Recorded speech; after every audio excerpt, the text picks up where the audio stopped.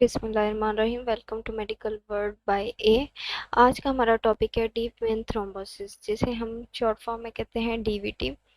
अब हम देखते हैं कि डीप वेन थ्रोम्बोसिस बेसिकली क्या है। डीप वेन थ्रोम्बोसिस जो है वो सीरियस कंडीशन है जिसमें जो है ब्लड क्लॉट बन जाता है वेन में, और ये हमारी डीप वेन्स में बनता है, बॉडी की डीप वेन्स में। जो ब्लड क्लॉट होता है उसे हम क्लम्प भी कहते हैं। क्लम्प ऑफ ब्लड मतलब ब्लड का लोथड़ा, जो कि जेली जैसा होता है सॉलिड स्टेट में। डीप वेन ब्लड क्लॉट जो होता है वो ज़्यादातर पाया जाता है हमारी लोअर लेग्स में, मतलब थाइज में, और लोअर लेग्स में ज़्यादातर पाया जाता है, लेकिन ये बाकी बॉडी के एरिया में भी पाया जाता है। लेकिन ज़्यादातर जो इसकी कॉमन लोकेशन जो है वो थाई और लोअर लेग्स है। जो बाकी कंडीशंस में देखा जाए तो इसमें आता है थ्रोम्बोएम्बोलिज्म और पोस्ट थ्रोम्बोटिक सिंड्रोम। थ्रोम्बोएम्बोलिज्म क्या होता है कि कोई ब्लड क्लॉट बना है और वो ब्लड फ्लो के ज़रिए डिटैच होकर किसी और जगह पर चला गया सर्कुलेशन के ज़रिए, तो उसे हम कहते हैं थ्रोम्बोएम्बोलिज्म। और पोस्ट थ्रोम्बोटिक सिंड्रोम जो होता है कि थ्रोम्बस के बाद जो है जो कॉम्प्लिकेशंस आती हैं, जैसे स्वेयर पेन हो गया या स्किन का जो कलर चेंज होने लग जाता है ब्लूइश या रेडिश, उसे हम कहते हैं पोस्ट थ्रोम्बोटिक सिंड्रोम। अब हम इस इमेज में देखते हैं कि डीप वेन थ्रोम्बोसिस क्या होता है। ये नॉर्मल ब्लड फ्लो है, ये जो वेल्व्स खुल गए हैं और ये जो ब्लड फ्लो है ये जा रहा है। और इसमें हम देख रहे हैं कि ये ब्लड जो है एक जगह इकट्ठा होना शुरू हो गया है, और इनकी जो है सर्कुलेशन अच्छी तरह नहीं हो रही, और यहाँ पे जो है जमा हो गया है, ये थ्रोम्बस बन रहा है। और ये है एम्बोलिस, जिसे हम एम्बोलिज्म भी कहते हैं, कि ये यहाँ से ब्लड फ्लो का प्रेशर बढ़ता है, जिसकी वजह से यहाँ से थोड़ा सा डिटेच होकर वो किसी और जगह बॉडी में सर्कुलेट होता हुआ चला जाए, तो उसे हम कहते हैं थ्रोम्बस या थ्रोम्बो थ्रोम्बो एम्बोलिज्म। जैसे यह है डीप वेन जो है लेग्स की ज़्यादातर यहाँ पाया जाता है और थाइस में पाया जाता है। अब हम इसके देखते हैं साइन एंड सिम्टम्स क्या है। बेसिकली सिम्टम्स में आता है डीवीटी जो है वो ज़्यादातर जो है लोगों में पाया जाता है इस कंडीशन में कि उसमें कोई ज़्यादातर कौन से सिम्टम्स देखे जाते हैं। स्वेलिंग हो जाती है उनके पाँव में, एंकल में स्वेलिंग हो जाती है या लेग में। उस साइड पे होती है जिस लेग में थ्रोम्बस बना है, उस लेग में जो है एंकल, फुट और लेग में जो है स्वेलिंग होने लग जाती है। क्रम्पिंग पेन, चुभन वाली पेन जो है वो इफेक्टेड लेग में होती है। और ये ज़्यादातर पेन कहाँ फील होती है, जो हमारे काफ मसल्स होते हैं वहाँ पे हमें जो है पेन फील होती है। पेन जो है वो इतनी स्वेयर होती है और जिसे हम एक्सप्लेन नहीं कर सकते कि ये किस तरह की पेन है। उस तरह की पेन होती है डीप वेन थ्रोम्बोसिस में, जो कि फुट और एंकल में होती है। स्किन का वो एरिया वार्म होता है, मतलब गर्म होता है जहाँ थ्रोम्बस बना हो। अगर हम उसके मुकाबले में बाकी एरिया देखें स्किन का, तो वो नॉर्मल होता है, लेकिन जहाँ थ्रोम्बस बना हो और वहाँ पे जो है स्किन जो है वो रेडिश और ब्लूइश होने लग जाती है, और वो एरिया जो है वो हमें गर्म महसूस होता है। लोग जो है उसे फाइंड नहीं कर सकते कि ये डीप वेन थ्रोम्बोसिस है जब तक वो इमरजेंसी ट्रीटमेंट के लिए नहीं जाते पल्मोनरी एम्बोलिज्म के लिए। पल्मोनरी एम्बोलिज्म क्या है कि जब जो थ्रोम्बस जो है वो डिटैच होता है और वो ब्लड सर्कुलेशन के ज़रिए लंग्स की वेंस आर्टरीज में जाता है, तो उसे हम कहते हैं पल्मोनरी एम्बोलिज्म, जो कि बहुत लाइफ के लिए खतरनाक होता है। इसकी कॉम्प्लिकेशंस होती हैं कि लंग्स जो हैं ब्लॉक होना शुरू हो जाते हैं, जिसकी वजह से डेथ भी हो सकती है। जैसे इस पिक में हम देख सकते हैं कि ये डीप वेन थ्रोम्बोसिस है, तो ये लेग जो है वो स्वेल है और यहाँ पे ब्लूइश और रेडिश जो है हमें नज़र आ रहा है, और ये यहाँ पे थ्रोम्बस बना हुआ है डीप वेन में, जिसकी वजह से स्वेलिंग हो रही है, पेन हो रही है और रेडनेस जो है हमें नज़र आ रही है। अब हम इसके काजेज देखते हैं डीप वेन थ्रोम्बोसिस के। इमोबिलिटी, अगर ज़्यादातर जो लोग हैं वो ज़्यादा एक्सरसाइज नहीं करते हैं, ज़्यादा वॉक नहीं करते, एक ही जगह पर बैठना काफ़ी टाइम के लिए, तो उनमें जो है डीप वेन थ्रोम्बोसिस होने के बहुत ज़्यादा चांसेस होते हैं। जैसे हम फॉर एग्जांपल जैसे हम लॉन्ग ट्रैवल कर रहे हैं किसी एयरप्लेन में हमारी, या फ्लाइट में हमें काफ़ी टाइम लग रहा है, या हम कार में ट्रैवल कर रहे हैं, तो उसकी वजह से जो ज़्यादातर बैठने से भी डीवीटी होता है। अगर किसी पर्सन की सर्जरी हुई है और वो काफ़ी टाइम बेड रेस्ट पे रहा है तो उसमें भी थ्रोम्बस बन जाता है। अगर कोई इंजरी हुई है, ट्रॉमा हुआ है, कोई चोट लगी है सर्जरी या सर्जरी के बगैर, उनमें भी जो है डीप वेन थ्रोम्बोसिस होता है। प्रेगनेंसी में भी ये ज़्यादातर होता है। 6 to 8 वीक्स जो होते हैं डिलीवरी के बाद, जो पोस्टमार्टम होता है बेबी की डिलीवरी के बाद, उसमें जो है थ्रोम्बस बनने के जो चांसेस जो है वो बढ़ जाते हैं। अगर आपका जो है वेट ज़्यादा है तो उसमें भी डीवीटी होने के चांसेस होते हैं। अब हम फर्दर काजेस देखते हैं डीप वेन थ्रोम्बोसिस के। तो मेडिकेशन जो है, बर्थ कंट्रोल पिल्स जो होती हैं, ओरल जो हम लेते हैं ड्रग्स, उसकी वजह से जो है डीप वेन थ्रोम्बोसिस के चांसेस बहुत ज़्यादा बढ़ जाते हैं। और अगर रेड ब्लड सेल्स जो है वो ज़्यादा नंबर में बनना शुरू हो जाते हैं, जिसे हम पॉलीसिथीमिया कहते हैं, तो इसकी वजह से भी जो है डीप वेन थ्रोम्बोसिस हो सकता है। कैंसर, अगर कोई प्राइमरी हिस्ट्री आई है कि पहले कोई कैंसर था, तो उसकी वजह से भी, अगर कोई वेन पर कोई चोट लगी है या फ्रैक्चर हुआ है लेग पर, अगर कोई बोन फ्रैक्चर हुई है, तो उसकी वजह से जो साथ की जो एरिया होगा वो स्वेल हो जाएगा, या वहाँ पे कोई वेन डैमेज होगी उसकी वजह से भी होता है, या कोई ज़ख्म होना लेग या आर्म में, उसकी वजह से भी डीप वेन थ्रोम्बोसिस हो सकता है। अब हम इस इमेज में देखते हैं कि ये एम्बोलिज्म है, कोई थ्रोम्बस बना था, वहाँ से ये डिटैच हुआ है और ये आया है हार्ट में। हार्ट से ये सर्कुलेट करता हुआ ब्लड के ज़रिए ये चला गया है लंग्स में, और लंग्स में ये जाके जो है लंग्स को डैमेज करना शुरू कर दिया है, जो कि बहुत ज़्यादा ख़तरनाक है। इसकी वजह से जो है डेथ भी हो सकती है। रिस्क फैक्टर अगर देखे जाएँ तो कोई इंजरी हुई है या वेन कोई डैमेज हुई है बोन फ्रैक्चर की वजह से, या ज़्यादा ओवरवेट हैं, जिसकी वजह से अगर आप ज़्यादा ओवरवेट होंगे तो आपका जो प्रेशर है वो ज़्यादा लेग्स और पेल्विस पे पड़ता है। अगर किसी की प्राइमरी हिस्ट्री है या फैमिली हिस्ट्री है डीवीटी की, डीप वेन थ्रोम्बोसिस की, उनमें ज़्यादा चांसेस होते हैं। और बर्थ कंट्रोल पिल्स जो है वो भी इसका काज है। स्मोकिंग, ज़्यादातर जो हेविली स्मोकर्स होते हैं उनमें जो है ये रिस्क जो है वो बढ़ जाता है। और जो है काफ़ी टाइम के लिए ट्रैवल करना या एक जगह पर बैठे रहना, उसमें उनमें जो है ये ज़्यादातर पाया जाता है।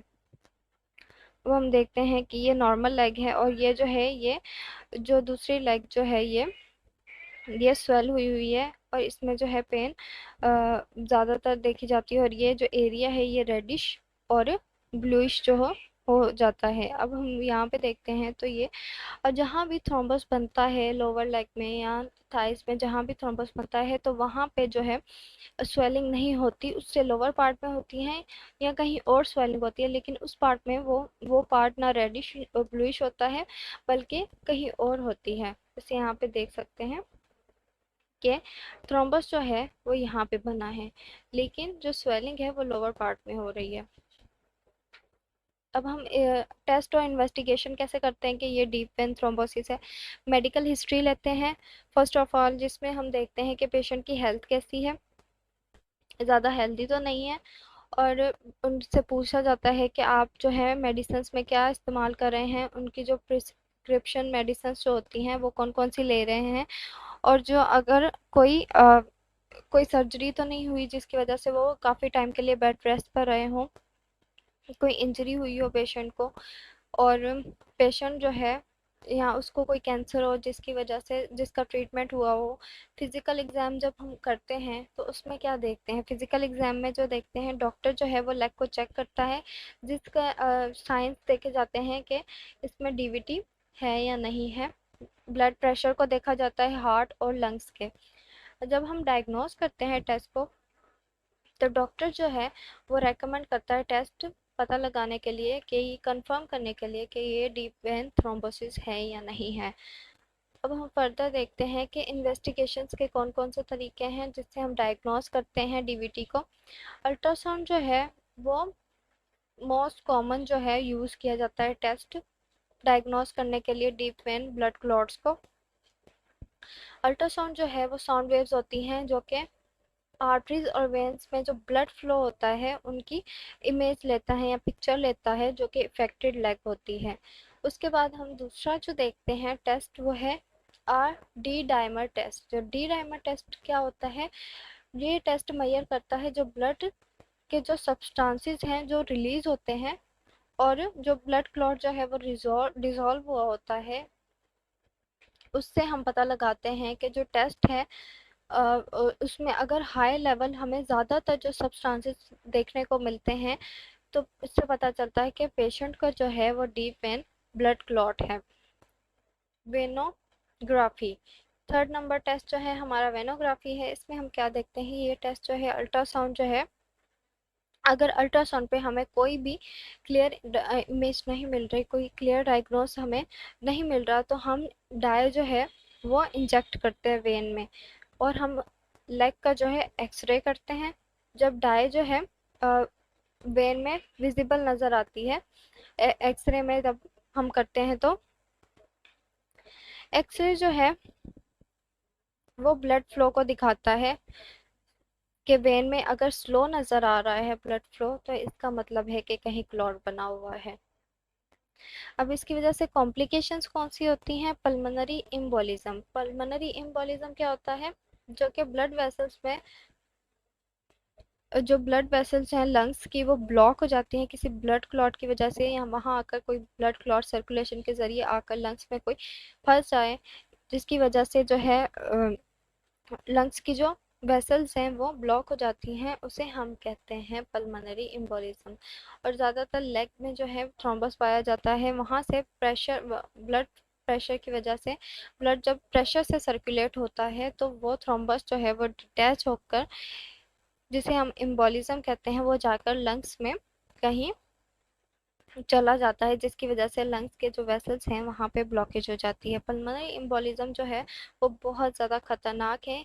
इसके साइन और सिम्टम्स क्या हैं, जिसमें आता है कि सांस, शॉर्टनेस ऑफ ब्रेथ, सांस जो है बहुत कम आना, चेस्ट पेन होना, और डिस्कम्फर्ट होना मतलब सुकून ना आना, और ज़्यादा ज़ोर से सांस लेना जिसकी वजह से कफिंग भी होना, चक्कर आना या बेहोश हो जाना, पल्स का तेज़ी से चलना। आगे हम कॉम्प्लिकेशंस पे देखते हैं, पोस्टोफिलिबाइटिस सिंड्रोम। जो कॉमन कॉम्प्लिकेशंस हैं डीप वेन थ्रोम्बोसिस के बाद, उसे हम कहते हैं पोस्ट फिलिबाइटिक सिंड्रोम, जिसे हम पोस्ट थ्रोम्बोटिक सिंड्रोम भी कहते हैं, जो कि डैमेज करता है वेन्स को। ब्लड क्लॉट जो है वो डैमेज करता है वेन्स को, जिसकी वजह से जो ब्लड फ्लो है वो कम हो जाता है, और जो इफेक्टेड एरिया है वो स्वेल हो जाता है, टांगों में दर्द होना, या स्किन का कलर जो है वो चेंज होना शुरू हो जाता है, रेडिश या ब्लूइश, या कोई ज़ख्म हो जाना। अब हम आगे इसका ट्रीटमेंट देखते हैं कि मेडिकेशंस के ज़रिए कैसे इसको ठीक किया जा सकता है। डीप वेन थ्रोम्बोसिस जो है वो मोस्ट कॉमन जो है बहुत आम तौर पर ट्रीट करने के लिए यूज़ होता है एंटी कोगुलेंट्स के ज़रिए।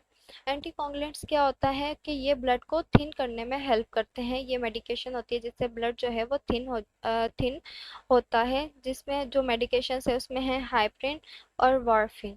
ये दो मेडिसिन हैं जिसमें जो इंजेक्ट भी की जा सकती हैं या पिल्स के ज़रिए भी ली जा सकती हैं। इसकी वजह से जो है ब्लड की जो इतनी एबिलिटी नहीं होती ब्लड में कि वो कहीं भी क्लॉट बना सके। जो पहले का बना क्लॉट है ये उसे तो नहीं तोड़ सकता, लेकिन जो आगे बनने जो ब्लड क्लॉट जो आगे बनने वाले हैं उनसे ज़रूर रोक सकता है कि ब्लड क्लॉट जो है वो ज़्यादा बड़ा ना हो, ब्लड जो है वो थिन हो जाए, जिसकी वजह से रिस्क जो है वो कम हो जाता है कि ज़्यादा क्लॉट ना बन सके। Compression stocking. कंप्रेशन स्टॉकिंग क्या है कि कंप्रेशन स्टॉकिंग जो है ये पहना जाता है टांग पे, जो कि स्वेलिंग को बचाने के लिए, इसके स्वेलिंग ना हो ज़्यादातर, और इसके बहुत कम चांस है कि क्लॉट बने। कंप्रेशन स्टॉकिंग जो है वो घुटने से नीचे पहन जाती हैं या राइट साइड पे। जो डॉक्टर है वो रेकमेंड करता है कि इसे रोज पहनी जाए। जैसे इस पिक में देख सकते हैं कि ये जो है कंप्रेशन स्टॉकिंग पहनी हुई है। अब हम आगे ट्रीटमेंट में देखते हैं कि फिल्टर्स। फिल्टर्स जो है डॉक्टर अगर जो ब्लड है वो थिन नहीं हो रहा और जो है थ्रोम्बस जो है वो बड़ा होता जा रहा है, तो उसके लिए जो है फिल्टर्स यूज़ करते हैं डॉक्टर। फिल्टर जो होता है वो लार्ज एब्डोमिनल वेन में डाला जाता है, जिसे हम वेना केवा कहते हैं। अगर पेशेंट जो है उसका ब्लड थिन नहीं हो रहा, तो इस कंडीशन में हम देखेंगे कि उसका ट्रीटमेंट किया जाए, उसे बचाया जाए कि उसके पल्मोनरी एम्बोलिज्म ना हो, उसके लंग्स में जाकर कहीं एम्बोलिज्म जाके अटैच ना हो, कोई क्लॉट ना बने और कोई लंग्स में ब्लॉकेज ना हो। इस वजह से फ़िल्टर्स यूज़ करते हैं। ये फ़िल्टर्स जो होते हैं ये प्लेस किए जाते हैं, जिसकी वजह से जो है क्लॉट जो है वो आगे नहीं जा सकता। और ये बहुत कम टाइम के लिए यूज़ करने चाहिए। अगर इससे ज़्यादा टाइम के लिए यूज़ किए जाएँ तो इससे भी बहुत ज़्यादा नुकसान हो सकता है। इसलिए इसे हम शॉर्ट टर्म के लिए यूज़ करते हैं। थ्रोम्बो एम्बोलिज्म जो है इसकी वजह से कम हो जाता है और एंटी कोगुलेशन जो है वो पेशेंट को दी जाती है, ताकि उसका जो है ब्लड जो है वो थिन होता रहे, उसका ब्लड जो है वो पतला होता रहे। Thank you for watching. अगर आपको वीडियो अच्छी लगी please like and subscribe my channel.